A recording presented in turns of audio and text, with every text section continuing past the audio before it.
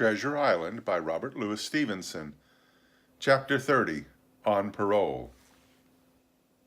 I was wakened, indeed we were all wakened, for I could see the sentinel shake himself together from where he had fallen against the doorpost, by a clear, hearty voice hailing us from the margin of the wood. "Blockhouse, ahoy!" it cried. "Here's the doctor." And the doctor it was. Although I was glad to hear the sound, yet my gladness was not without admixture. I remembered with confusion my insubordinate and stealthy conduct, and when I saw where it had brought me, among what companions and surrounded by what dangers, I felt ashamed to look him in the face. He must have risen in the dark, for the day had hardly come, and when I ran to a loophole and looked out, I saw him standing, like Silver once before, up to the mid-leg in creeping vapor.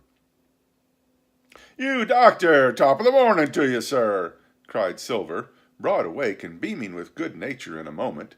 "Bright and early, to be sure, and it's an early bird, as the saying goes, that gets the Russians. George, shake up your timber, son, and help Dr. Livesey over the ship's side.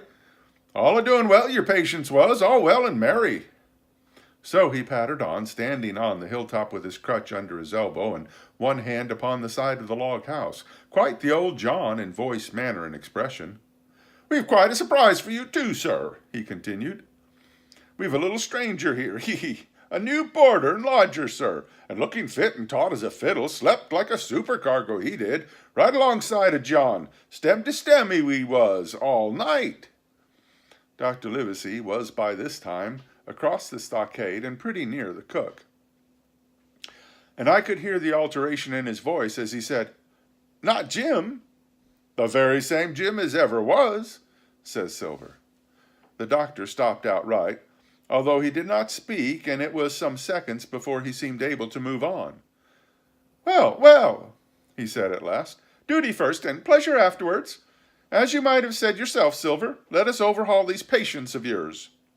A moment afterwards he had entered the blockhouse, and with one grim nod to me, proceeded with his work among the sick.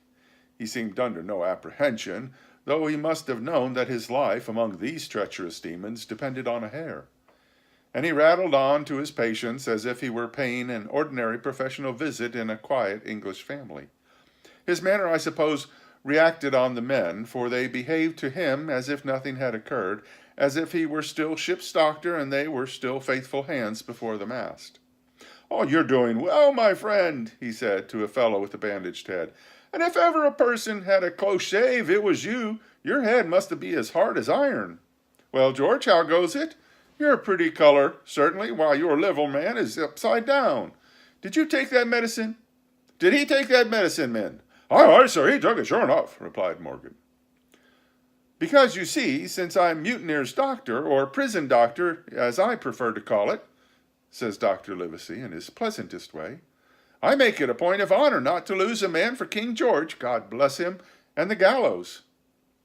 The rogues looked at each other, but swallowed the home thrust in silence. "Dick don't feel well, sir," said one. "Don't he?" replied the doctor. "Well, step up here, Dick, and let me see your tongue." "No, I should be surprised if he did. The man's tongue is fit to frighten the French. Another fever." "Ah, there," said Morgan. "That come to spilin' Bibles." "That comes, as you call it, of being arrant asses," retorted the doctor, "and not having sense enough to know honest air from poison, and the dry land from the vile, pestiferous slough. I think it most probable, though of course it's only an opinion, that you'll have the deuce to pay before you get that malaria out of your systems. Camp in a bog, would you? Silver, I'm surprised at you. You're less than a fool than many. Take you all round, but you don't appear to me to have the rudiments of a notion of the rules of health. Well," he added, after he had dosed them round, and they had taken his prescriptions, and really laughable humility, more like children than blood-guilty mutineers and pirates. "Well, that's done for today. And now I should wish to have a talk with that boy, please." And he nodded his head in my direction carelessly. George Merry was at the door, spitting and spluttering over some bad-tasted medicine, but at the first word of the doctor's proposal he swung round with a deep flush and cried, "No!" and swore. Silver struck the barrel with his open hand. "Silence!" he roared, and looked about him positively like a lion. "Doctor," he went on in his usual tones, "I was a-thinking that, knowing as how you had a fancy for the boy. We're all humbly grateful for your kindness, and as you see, puts faith in you and takes a drugs down like that much grog. And I take it I've found a way that'll suit all. Hawkins, will you give me your word of honor as a young gentleman, for a young gentleman you are, though poor-born, your word of honor not to slip your cable?" I readily gave the pledge required. "Then, Doctor," said Silver, "you just step outside of that stockade, and once you're there, I'll bring the boy down on the inside, and I reckon you can yarn through the spars. Good day to you, sir, and all our duties to the squire and Captain Smollett." The explosion of disapproval, which nothing but Silver's black looks had restrained, broke out immediately the doctor had left the house. Silver was roundly accused of playing double, of trying to make a separate peace for himself, of sacrificing the interests of his accomplices and victims, and, in one word, of the identical exact thing that he was doing. It seemed to me so obvious in this case that I could not imagine how he was to turn their anger. But he was twice the man the rest were, and his last night's victory had given him a huge preponderance on their minds. He called them all the fools and dotes you can imagine, said it was necessary I should talk to the doctor, fluttered the chart in their faces, asked them if they could afford to break the treaty the very day they were bound a treasure hunting. "No, by thunder!" he cried. "It's us must break the treaty when the time comes, and till then I'll gammon that doctor if I have to ile his boots with brandy."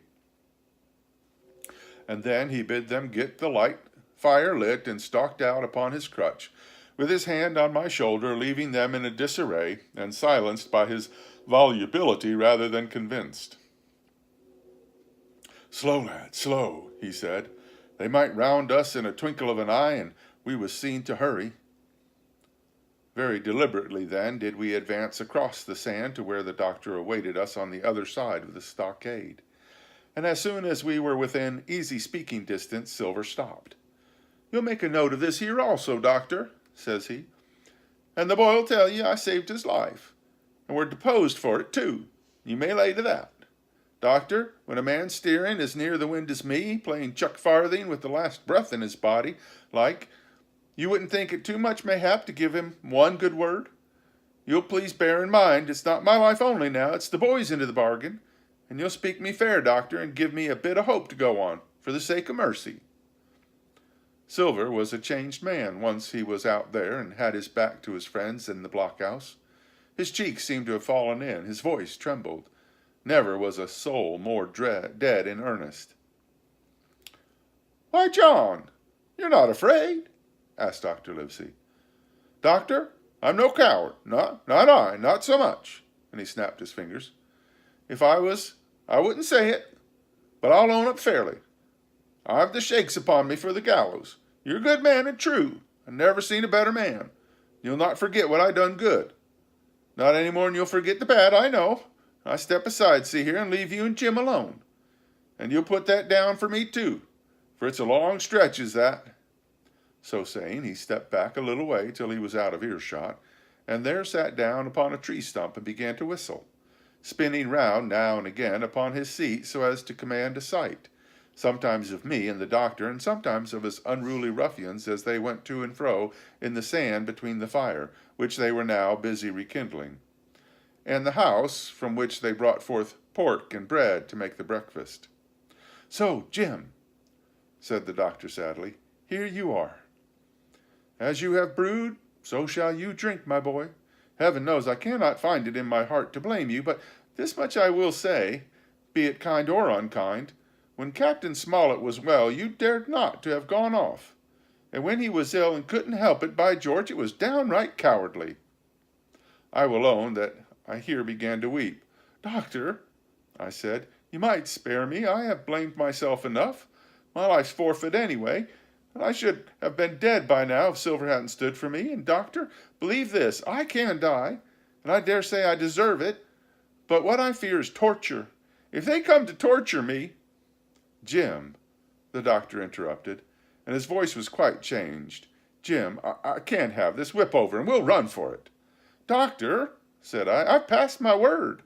I know, he cried. We can't help that, Jim, now. I'll take it on my shoulders. Holus, bolus, blame and shame, my boy. But stay here, I cannot let you. Jump, one jump, and you're out, and we'll run for it like antelopes. No, I replied. You know right well you wouldn't do the thing yourself, neither you nor squire nor captain, and no more will I. Silver trusted me, I passed my word, and back I go. But, doctor, you did not let me finish.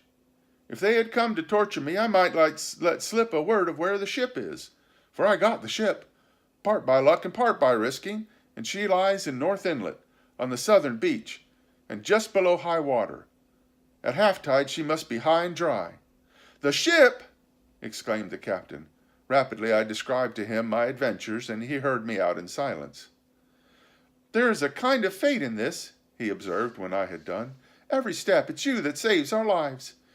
And do you suppose by any chance that we are going to let you lose yours? That would be a poor return, my boy. You found out the plot. You found Ben Gunn. The best deed you ever did or will do, though you lived to 90. Oh, by Jupiter, and talking of Ben Gunn, why, this is the mischief in person. Silver, he cried. Silver, I'll give you a piece of advice, he continued as the cook drew near again.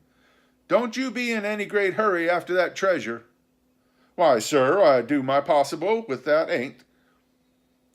I can only, asking your pardon, save my life and the boys by seeking for that treasure, and you may lay to that. Well, Silver, replied the doctor, if that is so, I'll go one step further. Look out for squalls when you find it. Sir, said Silver, that's between man and man. That's too much and too little. What you're after, why you left the blockhouse, why you giving me that there chart, I don't know, now do I? And yet I done your bidding with my eyes shut and never a word of hope. But no, this here's too much. If you won't tell me what you mean plain out, just say so and I'll leave the helm. No, said the doctor musingly, I've no right to say more. It's not my secret, you see, Silver, or I'd give you my word I'd tell you. But I'll go as far with you as I dare go, and a step beyond, for I'll have my wig sorted by the captain if I'm mistaken. And first I'll give you a bit of hope, Silver. If we both get alive out of this wolf trap, I'll do my best to save you short of perjury. Silver's face was radiant. You couldn't say more, I'm sure, sir, not if you was my mother, he cried. Well, that's my first concession, added the doctor. My second is a piece of advice.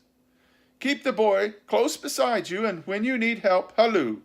I'm off to seek it for you, and that itself will show you that I speak at random. Goodbye, Jim. And Dr. Livesey shook hands with me through the stockade, nodded to Silver, and set off at a brisk pace into the wood.